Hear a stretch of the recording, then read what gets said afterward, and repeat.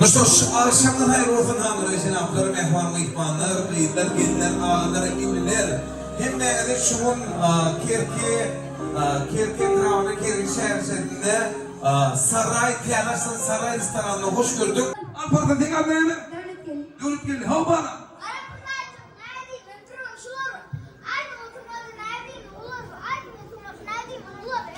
Niye mi dedi Huday var işte ama dedi haydi dilli vurma devi. Niye mi dedi Huday hangi gelin oğlum. Ay niye mi diye?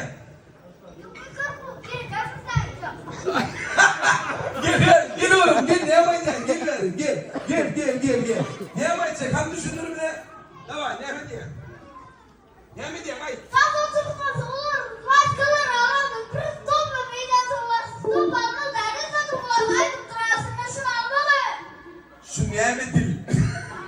Ay daim bana şu nimetin.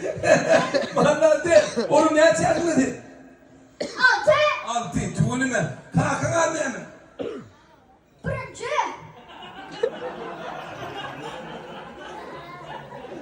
Kim değildi? Rakam mı? Vallahi diye gel oğlum. Yine oğlum şu. Yine şuna yen sarmam. Hakikaten bana diye şuna yen sarmam. Yine oturdum ha. Ne etsin dava ettim oturdum dava ettim. Aynı çiğnayı bol ya. İnni çağlar bizde soru olacak öyle mi? Sen cevap verin. Birinci soru. Küçük pişikten orkya mı ya? Pişik küçükten orkya.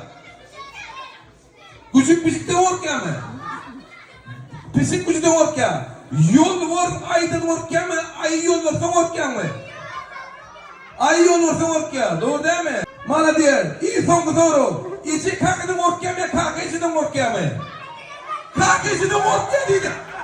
Kaka içinden orkya dedi. Kaka değil mi? Bayram ağa, canım bağışla. Pornu bağışla beni. Canım ben dedirmedim. Yürücüğünden döktü yürücüğündekini. Pasiba, çağlar.